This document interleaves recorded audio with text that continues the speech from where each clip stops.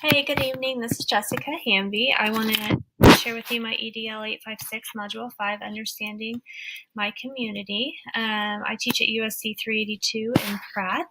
We are a smaller city with about 6,000. I describe us as a smaller city with a rural attitude, and I 100% feel that my family homesteaded in our community in the 1700s. So I've been a part of this community my entire life, as well as 4 generations of my family.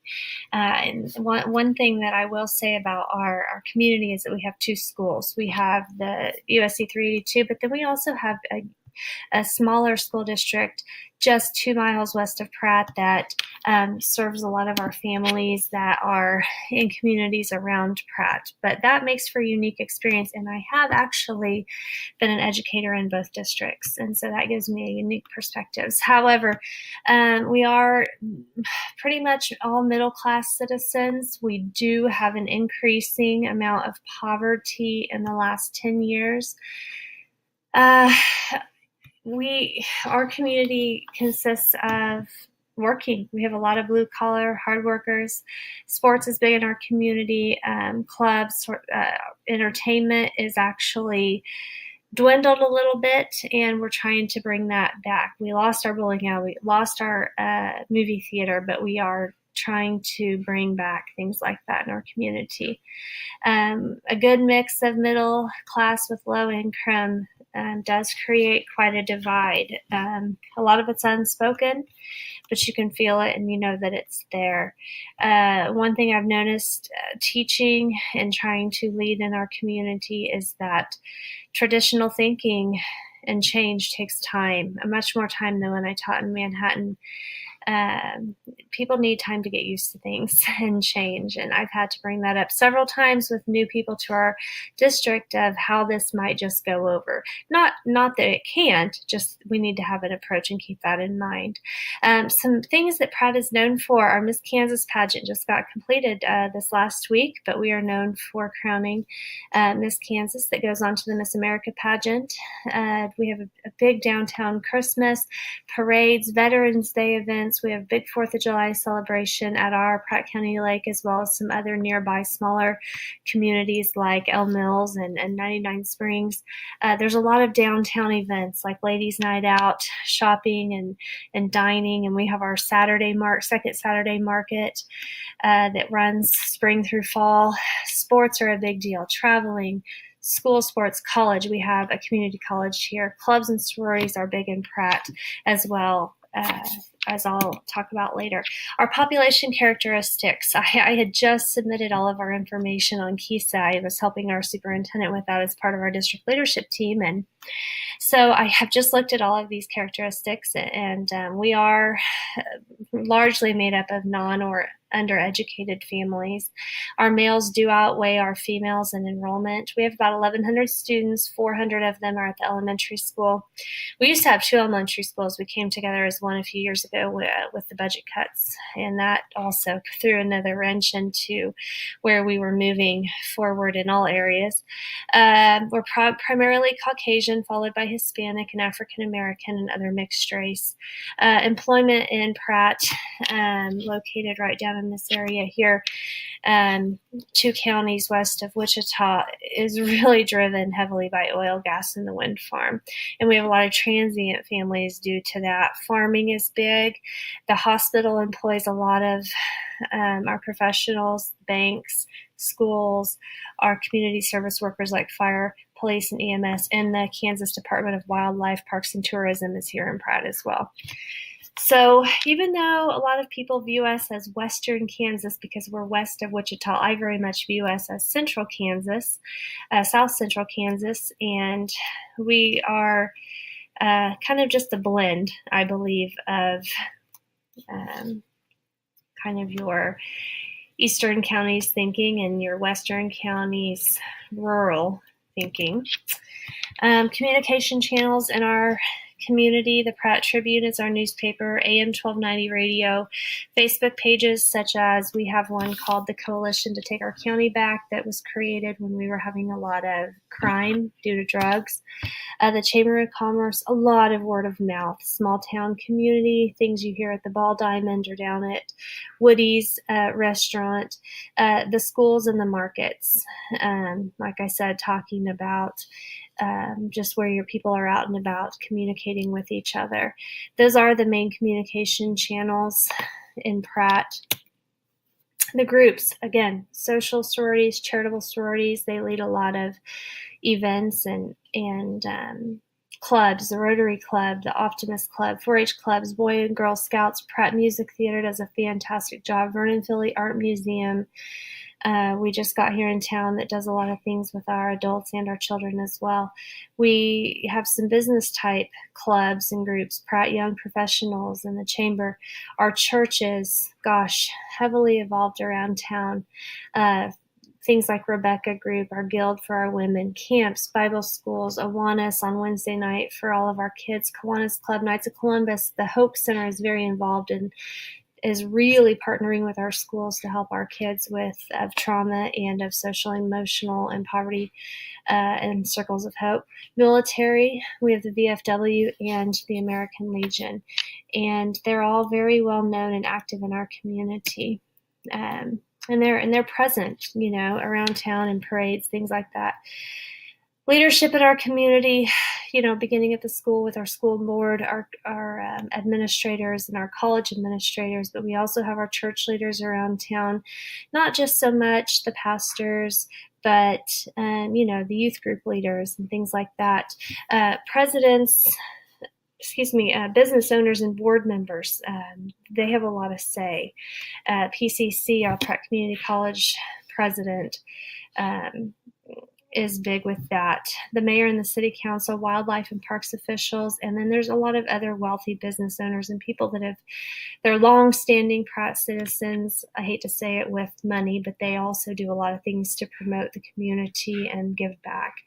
And so when we want to make change, we often can seek those people out. And we know, I just filled out a survey for Pratt Regional Medical Center about some changes they're looking to make there. And we hope for those type of things in return when we send out school surveys.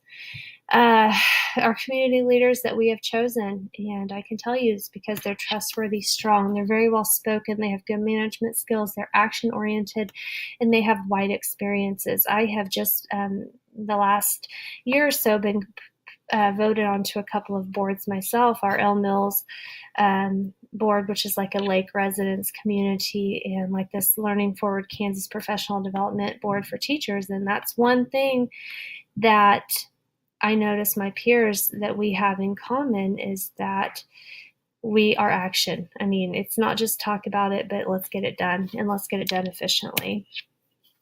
The job market in Pratt, as far as our economy, flows with the oil and gas. And right now you could go down one block street and find 4 houses for sale. There's just a lot of houses for sale right now. But I know that our leaders, as I was just talking about in the last slide, are trying to have an emphasis on bringing people to Pratt or back to Pratt, such as myself, where I went to Sterling, I went to K-State, I taught in Manhattan, and my superintendent made a point of saying, I want you back in Pratt, and here's how we're going to attract and keep you back here versus in a community like Manhattan. We are getting a lot of new stores. We just got a sports store and some boutiques that have moved in downtown. We are getting a 4-plex movie theater. We put in Green Sports Complex, and it brings in a lot of business through the summer through athletic events and state softball, baseball. We have 4 motels that just went up in a very short time to accommodate the oil and gas boom. There's a highway getting ready to be put around Pratt rather than through it. There's a lot of positive and negatives for that. But it's also brought in a lot of businesses because they want to be right there next to that highway. New restaurants. We just brought in an Arby's, and there's talk of a couple others, so excited about that. We have very high taxes. I think we are like the second highest in the state. A lot of it is because we Pratt County is the sole entity to support the college. There are a lot of colleges in a small area between Barton here, Hutchinson, and so our taxpayer, we support the college, and it's very noticeable, and people do not like it. That's been tried to be changed, and it's not happening. The political structure, our schools are funded by state and federal money, grants, and parent organizations, and our parent organization, our elementary school, is outstanding. I mean, has bought us iPad cards each year, things like that. Our city commission, county commission, and school board work together to create budgets and approve budgets to establish the tax rates and receive revenue to operate. And those three, city, county, and school board, working together to hold each other accountable, is how Pratt works. The social tensions in Pratt, social media. I hear and deal with more things from something posted on Facebook, from the smallest thing about people not liking that we dismissed early for whatever reason, to cyberbullying a bit. Again, traditional thinking versus new ideas. One thing about bringing people back to Pratt is that age divide and very progressive ideas, and it takes time for some of our traditional thinkers to get used to that. People that have not been outside of our community or are very limited. Unspoken cliques, that's probably a small town deal across the nation, but they're there 100%. Low income versus middle class, I talked about.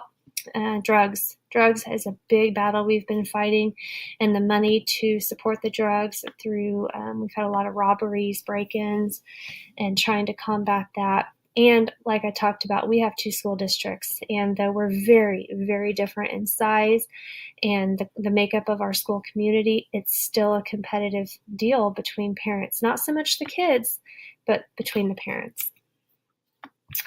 We get a lot of information in our building and at our district level, and as teachers, through school surveys, community surveys, like I talked about, the hospital, the Gallup polls, school accreditation reports, websites, the city directory, like is talked about probably across the nation, telephone book, Census Bureau, chamber, minutes of our school board meetings and staff inventory, newspaper, social media, and the radio.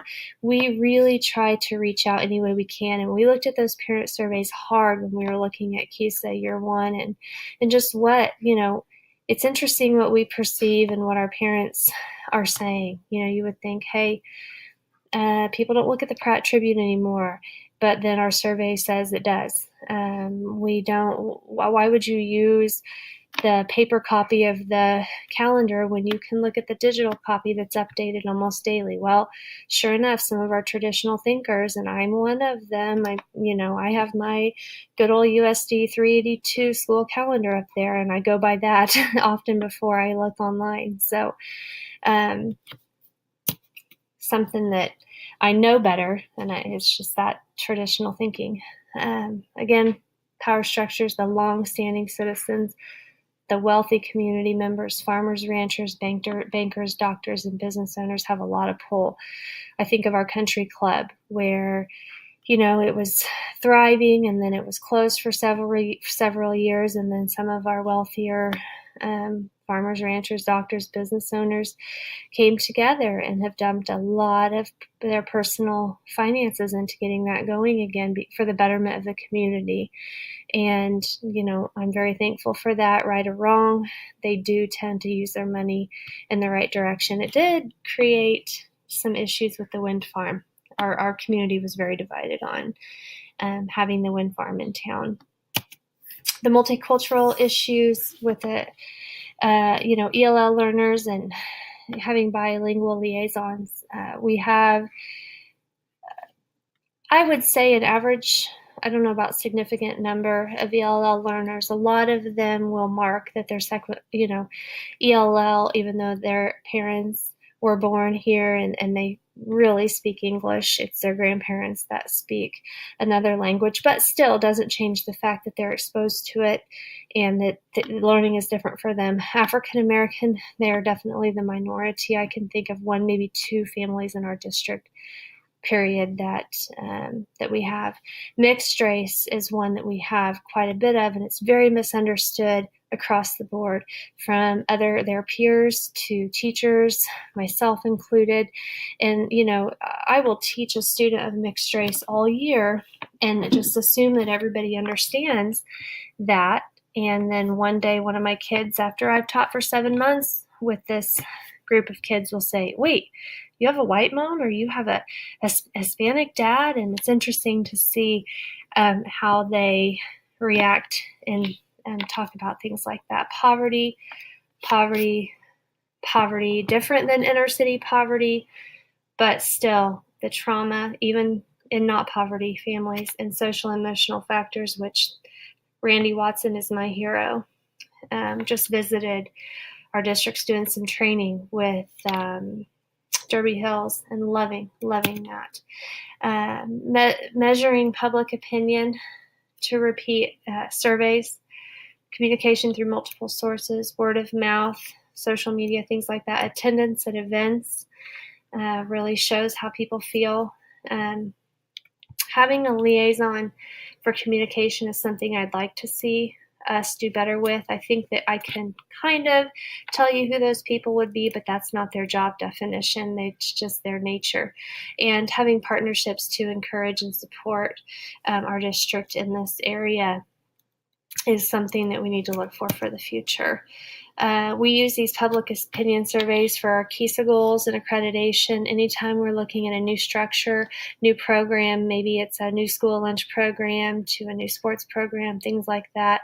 And we use the public opinion surveys to evaluate and reflect.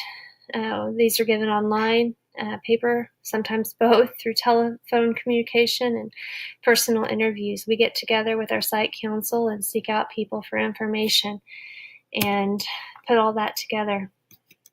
So, all in all, I'm really proud to be a long-standing citizen of our community. The biggest thing for me is graduating from Pratt High and teaching at Pratt are two different things. When I left, it was a completely different culture than it is now, and I'm proud of what we're doing and where we're going. Thank you.